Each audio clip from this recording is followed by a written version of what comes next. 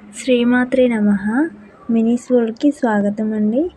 ఈరోజు చైత్ర వసంత నవరాత్రులు రాబోతున్నాయి కదా, ఆ పూజ ఏ విధంగా చేయాలి, ప్రారంభం మరియు ముగింపు తేదీలు, అలాగే నవరాత్రుల్లో అమ్మని ఏ ఏ అలంకారాల్లో అలంకరించాలి, ఏ రోజు ఏ అలంకరణ చేయాలి, నైవేద్యం ఏం సమర్పించాలి, అఖండ దీపం పెట్టొచ్చా లేదా, కలశం ఏ విధంగా పెట్టాలి, ఆనవాయితీ లేని వాళ్ళు ఏం చేయాలి, ఇలాంటివన్నీ కూడా ఈ వీడియోలో తెలుసుకుందాం.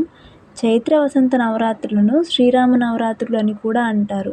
ఎందుకంటే మనకి ఏడాదిలో 4 నవరాత్రులు వస్తాయండి. ఈ 4 నవరాత్రులు ఎంతో శక్తివంతమైన నవరాత్రులని పురాణాల్లో కూడా చెప్పబడింది. అయితే ఈ 4 నవరాత్రులు ఏ ఏ మాసాల్లో వస్తాయో చెప్పుకుందాం. మాఘమాసంలో వచ్చే నవరాత్రులను శ్యామలాదేవి గుప్త నవరాత్రులు అని, చైత్రమాసంలో వచ్చే నవరాత్రులను లలితాదేవి నవరాత్రులు అని, అలాగే ఆషాఢ మాసంలో వారాహి గుప్త నవరాత్రులు, ఆశ్వయుజ మాసంలో దేవి శరన్నవరాత్రులు అని అంటారు.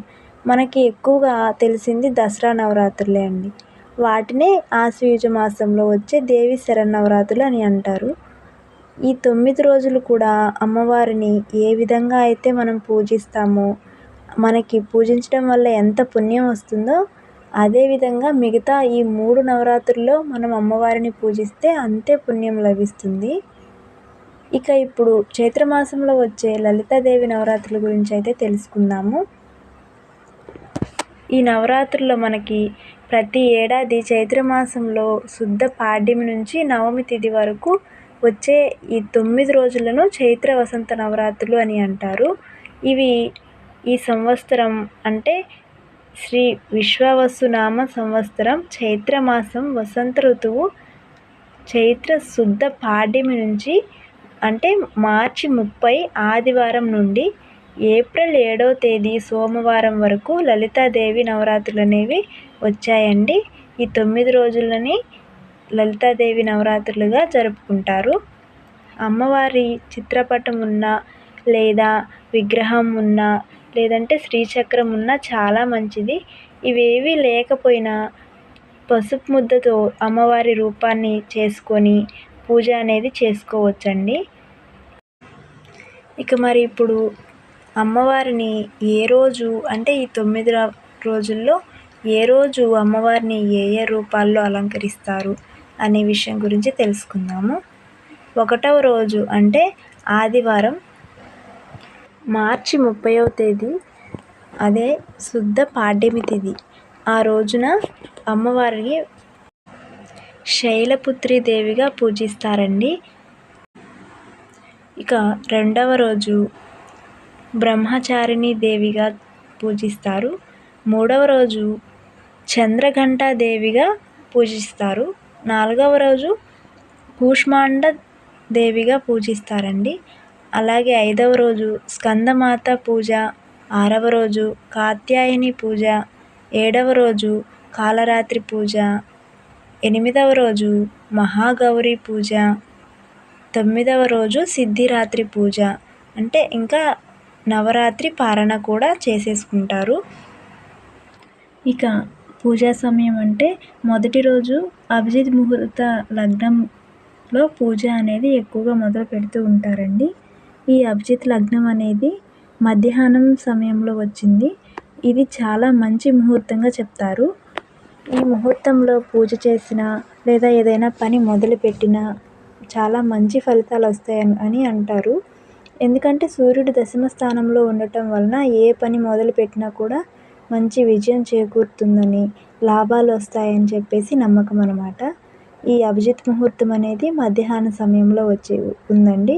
ఇక ఈ సమయంలోనే కలశం పెట్టుకోవడం కానీ, అఖండ దీపం పెట్టుకోవడం కానీ ఇలాంటివి చేస్తే చాలా మంచిది. ఈ నవరాత్రులు మొదటి 3 రోజుల్ని దుర్గాదేవిగాను, తర్వాత 3 రోజులు లక్ష్మీదేవిని, ఇక చివరి 3 రోజుల్ని సరస్వతీదేవిగా అమ్మవారిని పూజలు చేసుకుంటూ ఉంటారండి. కాబట్టి ఈ అమ్మవారిని అందరూ పూజించి ఆ తల్లి చల్లని కరుణా కటాక్షాలని మనందరం పొందుదాము. ఇక నైవేద్యం విషయానికి వస్తే అండి, ప్రత్యేకంగా ఇదే పెట్టాలి అని ఏమి కాకుండా మన స్తోమతను బట్టి మనకి ఏది అమ్మవారికి నైవేద్యంగా పెట్టాలి అని చెప్పి ఉంటే భక్తితో మనం ఏ నైవేద్యాన్నైనా అమ్మవారికి సమర్పించవచ్చండి. అందులో పాటింపేమీ లేదు. ఎందుకంటే ఖచ్చితంగా నియమం ప్రకారం అన్నీ పెట్టాలి అని అనుకుంటే కొంతమందికి అది జరుగుతుంది, కొంతమందికి స్తోమత ఉండకపోవచ్చు. సో దానికోసమని నైవేద్యంగా అమ్మవారికి చిన్న బెల్లపు ముక్కని సమర్పించిన ఆవిడ మనల్ని ఎంతో ప్రేమగా కటాక్షిస్తుంది. దానికోసమని నైవేద్యం మనకి మన ఇంట్లో ఏది అనుకూలంగా ఉంటే అది చేసి పెట్టొచ్చు, తప్పేమీ లేదు. అయితే ఈ 9 రోజులు పూజ చేయలేని వారు, మాకు కుదరట్లేదు, మాకు ఆ సమయం లేదు అంటే జాబ్ చేసే వాళ్ళు ఉంటారు కదా, అలా అనుకున్న వాళ్ళు, టైం లేదు అనుకున్నవారు లక్ష్మీ పంచమి రోజు అంటే అనగా 5వ రోజు పూజ చేసుకోవచ్చు.